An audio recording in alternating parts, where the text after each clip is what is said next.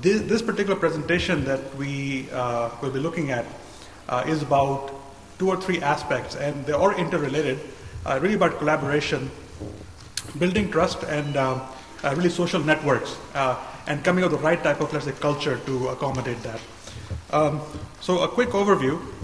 I wanted to start by just looking at where knowledge work is going, what's happening in the industry, and some of this may be apparent, but really wanted to start with the background, what's really happening to the industry in moving from manual work to knowledge work, that spectrum that is opening up. Secondly, start looking at the culture aspects. There's a cultural framework that we've defined, and I'll give you a little sort of sneak peek just in a few minutes as to what that culture is about and talk a little bit more about it. That culture should give rise to the kind of collaborative networks we want within the organization. So we'll talk about collaboration and social networks and the role of trust. Finally, I'll show a little bit, just a couple of snapshots of some technology we've built to support that within the company. So what's really happening? The shifting paradigm that we're seeing, obviously we've been coming from the Industrial Revolution, now moving into the, let's say, the knowledge economy or the knowledge age. What's happening is the nature of work itself, of course, is changing quite dramatically. And in the past, if you look at the left side, you see that we had a lot of repetitive routine tasks being done by manual workers, which were a large majority of the type of labor force we had to deal with. The kind of knowledge that existed was very easy to document, to make explicit, and it was really known outside. So you could take that separately from the people who held it and make it explicit, put it in documents, and of course provide training programs around that. So very, very skill-led, very, very predefined to a certain extent. And you can create certain types of operational efficiencies because of that, the nature of that being very explicit and of course repetitive. Also, the nature of work was very deterministic, so you knew what had to get done. So if someone had to basically take work in process inventory from one place to the other, or if they had to label something or the other, it was very well known how to go about doing it, and it was quite deterministic as to how long it would take and could be controlled in a very deterministic fashion. What also happened, of course, is that we created functional silos in the process of doing that. Many different departments just focused on doing what they know and doing it well, just that aspect of it, not necessarily knowing what's happening in other places. So the interfaces were perhaps not that well defined, and in general people just lived with it. Till, of course, we had the in the late 80s, we had the re-engineering phase. We started to investigate these aspects. But this all led to top-down command and control type of a structure. Now, what's happening on the knowledge side, which is, I would say, much more knowledge intensive, I would say. And then it's not an either-or. There's actually a spectrum that will exist in any company of both these aspects. Here, we're dealing with ambiguous objectives. You don't necessarily know what you need to do till you're doing it. So software development is a very good example of that. A lot of services industry is a very good example of that. So a lot of the knowledge actually is basically known within. It's not very, very easy to make it explicit. It is very tacit. And what needs to get done is known at the point of need. When you're actually doing it, that's when you figure out. So the constant problem solving and constant creative acts taking place in that. So this is very, very heavily knowledge-led. And what I say, knowledge, the difference between knowledge and skills, is skill something that can easily be trained. So you can actually configure, let's say, individuals to perform a certain task by training on those skills, whereas knowledge is much more intangible, not necessarily easy to configure people. There has to be perhaps a different approach or a complementary approach for that. And then attitude becomes very important, attitude and behavior of individuals. What also is happening is, the fact that we used to have a deterministic approach to management is now changing into something which is more, let's say, collaborative and more emergent. It is, the control is not necessarily in saying this is exactly how to do it. The control is then in trying to create the right kind of environment and cultivating the right type of output. You may not necessarily know exactly what you get out, but if you put the right type of environment in place, the idea is that probably what you get out will be very good. So that's the whole nature of emergence and, let's say, complex adaptive systems as a phenomena, which is what we have to deal with now. So the collaborative nature, the social nature of knowledge work is very much the key driving factor in some of the work that we've been doing. And when we talk about collaborations, we also talk about self-organization, and of course having that participative culture that should exist within the organization. So self-organization and those means also becomes fairly important. So anyway, this is the background. So we're going from the left side to the right side. What does that mean? So if we wanted to come together and say we want an approach, to address this, the right kind of environment to address this? What should we do? Well, number one, we should try to build certain core values within the organization. Again, going back to the principles of, let's say, complex adaptive systems, it's all grounded in very, very simple, pure principles. So if you come up with like fundamental canonical values of the organization, that itself will give rise to the right type of behavior you want in the organization. So that's the starting point. That should support, of course, things like collaboration and sharing, creativity and innovation, and the ability to question, constantly question where you are, what you're doing, what's right and wrong, and of course, giving time for reflection as well. The other thing is to build social networks. We want to create an environment where people start interacting a lot more. If you believe that knowledge work is highly collaborative and social, then you want to create the opportunities to let people interact, not just at a defined, let's say, project team level. We probably want to look at a project team and say, how do they interact? How can we actually make them more efficient, more productive? At the same time, how can we enable the interactions across various types of peoples and groups, across project teams, across geographies, and so on? Now, one of the reason we want to do this is, of course, if we start looking at innovation, innovation is a highly collaborative act. And it's not typically just one person who comes up with an idea. It's usually the kind of ideas which is grounded on many, many other fundamental ideas and thoughts that have been collected through various interactions with other people. Collaboration, of course, is a social act, and to collaborate, you require trust. You need to be able to work with the other people you're collaborating with. And trust is built by social interaction also. So you can see that this is very much a reinforcing kind of thing. Collaboration, social interactions, and trust reinforce each other. And then we want to enable this with tools, resources, and legitimization within the organization. We have to make it easy for this to be done. Let me just give you an overview of the kind of cultural framework that we have, and I'll just talk about the nucleus part of it, which is the DNA and the core values. Really, that defines, the nucleus, but around that there has to be a support structure which will strengthen that nucleus. It is not enough to just state an intent or create the values and say this is what we want to do, and then of course not walk the talk. In order to make that happen, you actually have to have the right type of support structure, which will consist of things like the environment, communication, people policies. When I say people policies, I'm talking about human resources policies, at least performance management and reward and recognition, but more other than that, of course, also. Social networks, we talked about establishing legitimacy through various means, and technical infrastructure. And today, increasingly, technology plays a role in defining and building culture, as we've seen. Technology is changing the way we behave on a day-to-day basis. Social software actually is changing how we do things. So overall, this is the structure. I will focus a little bit more on the core values and the DNA in the next couple of slides. The DNA is very simply defined for us as the entry criteria. It's what we are born with. And for us, it is the imagination, action, and joy. So a person coming to the organization has to be imaginative and creative, the ability to create new knowledge, new ideas, and the ability to question, not having fear, but having courage to question what's happening within the organization. Action orientation, trying to achieve results and higher performance through action. And of course, joy, the ability to give joy and of course experience joy as well, very, very important parts. And we've done various things to try to really make this very, very much part of Mindtree at that entry level. Secondly, if you look at the core values, these are core values: caring, learning, achieving, sharing, and social responsibility. And like I said, I have a bias towards knowledge management, of course. So my descriptions have something to do with knowledge. So what I'm saying is, there's a very essential caring. For example, there's a paper written by Georg von Crow, which shows how caring really impacts knowledge creation and sharing in the organization. So high care organizations fare much better than low care organizations. Learning, of course, is very obvious. It's basically requires people to want to soak in knowledge from all sources, including unusual sources around them. Achieving is, of course, about high performance, and to achieve more, you have to reuse more, you have to reach out and be resourceful, reach out and seek out knowledge from various sources. And sharing is all about collaboration, which also requires a fair amount of a fair process. I'll talk a little bit more about that later. Openness and transparency, and of course social responsibility, which is really in one way an outward extension of all of the above values that I just stated. These together really help define the kind of nucleus that we want as the culture which enables innovation and collaboration within the organization. So let's look at a little bit more closely towards collaboration. What do we want to do? Is collaboration by design or by chance? Well, by design, I think we're very used to it, right? If we want to get something done, we believe something is important, we will create the team.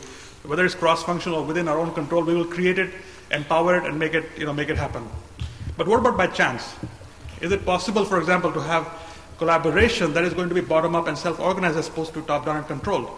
Is it possible for us to learn from the open source movement, which is very, very successful in being highly collaborative around the world, okay, not just in one particular location, but around the world, and highly innovative? There's so many things that have happened in the open source world, so much innovation that has taken place. Can we learn something from it?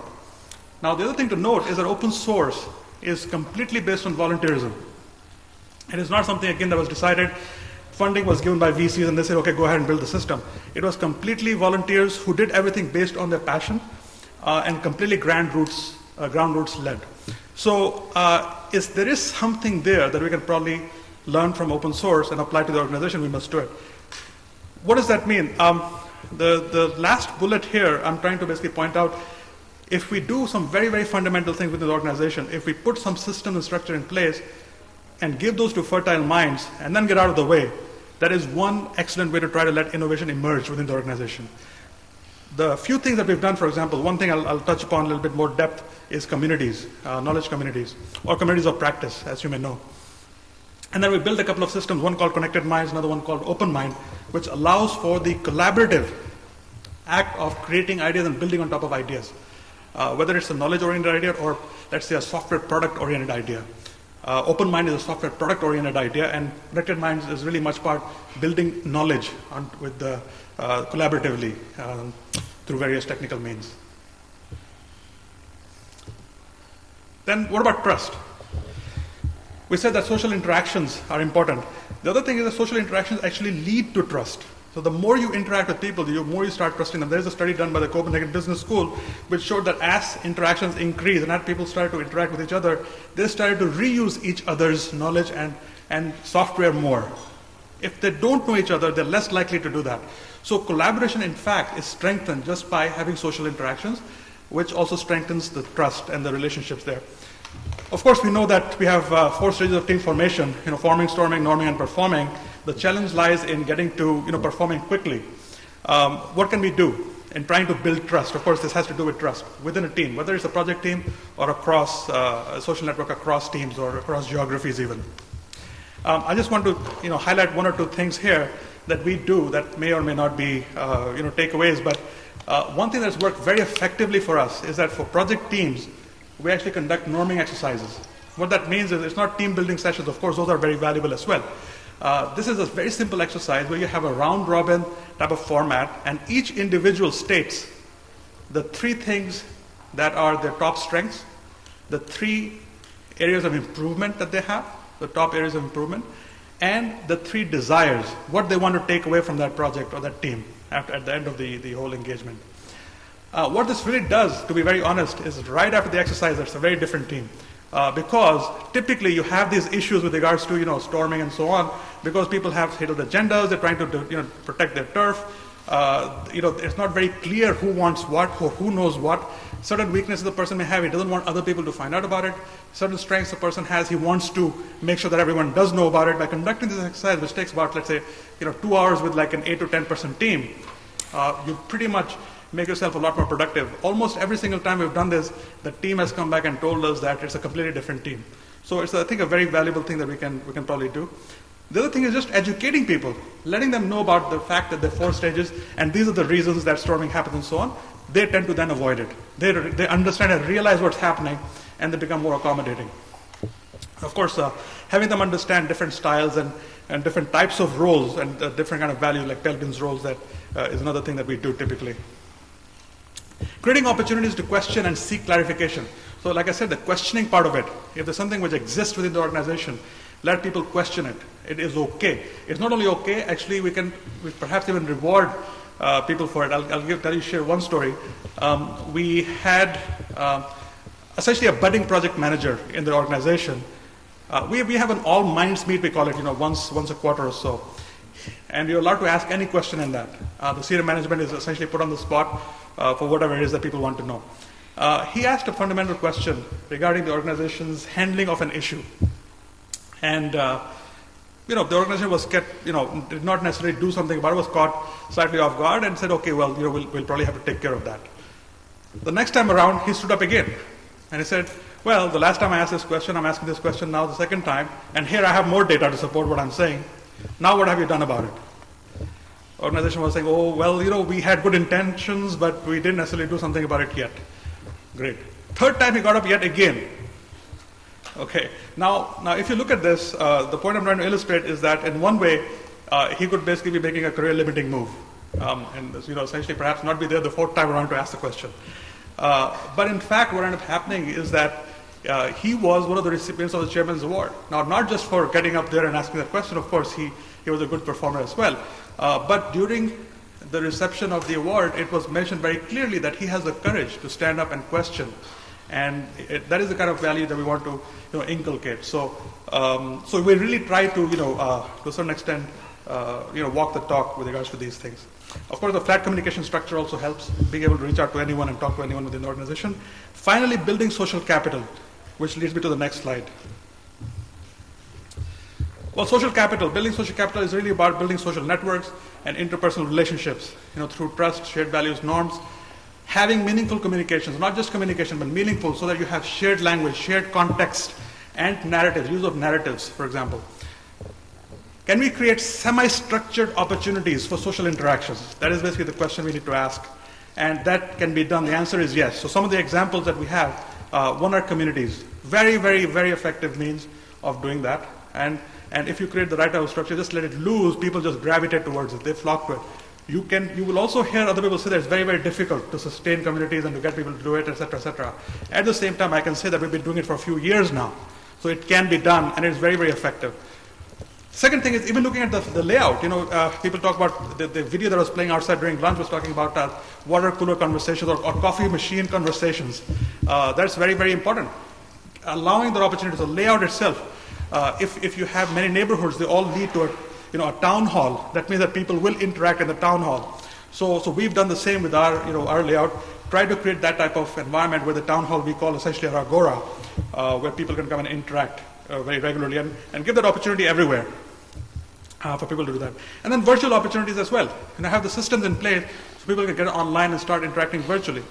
There's also a Meeting Minds program that we created, which was probably the most unstructured types of means to getting people together, which simply took some people who are within the organization at a certain level and asked them to set time slots. So certain senior management had to create time slots where they'd be open to meeting anyone within the organization. And anyone can come in and sign up for that slot. And if there's more than one person, then they can be reassigned, for example, to a different person. If no one signs up for a slot, then someone is randomly picked from the organization and assigned to it. So we were creating these means of just creating interactions between people with no agenda, just to get together and to talk about who you are and what you're doing.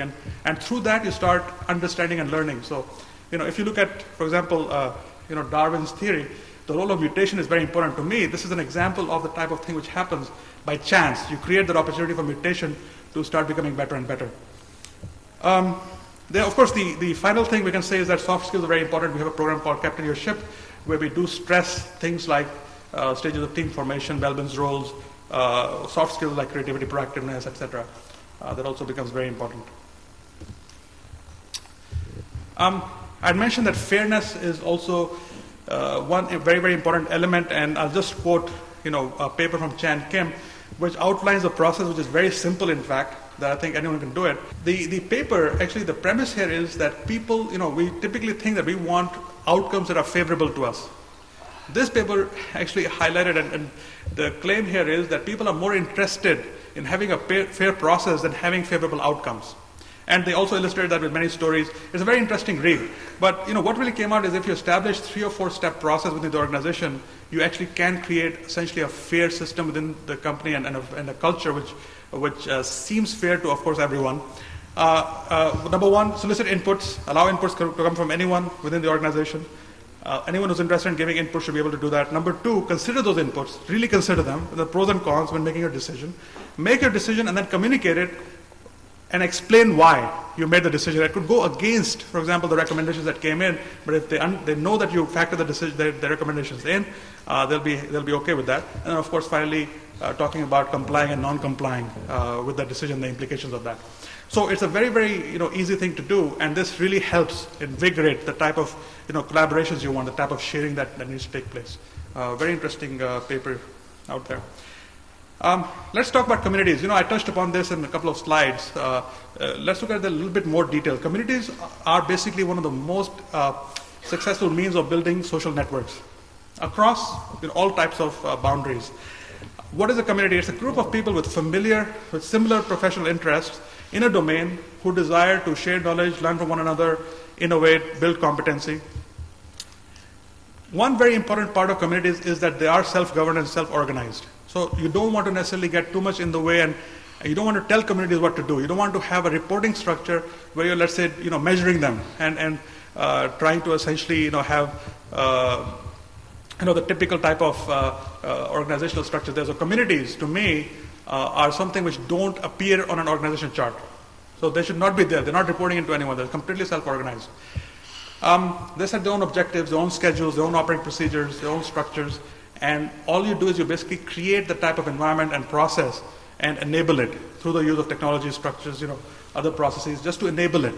And there is a little bit of exertion of pressure. It's not just enabling, of course, community stepping out. There's a little bit of exertion of pressure, but it has to be done in the right manner within the organization, and can be very effective. And they basically nurture that collaboration and sharing across boundaries like geographies, like hierarchies, and different business units. What they do, for example, in Mindtree, is we do a lot of this, of course. At a ground roots level, you have sharing of tips, techniques, do's and don'ts, successes and failures. It's an environment for testing out ideas. If someone has a thought or idea, they can come there and they can present it. It could be half-baked, but through the interactions they have with that community, it actually becomes a real idea. And this has happened in many, many different cases. I could illustrate that with some examples. In both software as well as organizational improvements. So, for example, a lot of people got together and said that we are growing as an organization. Our technical career path needs to be improved because we're no longer a small company. We're now a mid-sized company. And they had many, many sessions talking about that, and eventually made recommendations to the people function, which is our HR function.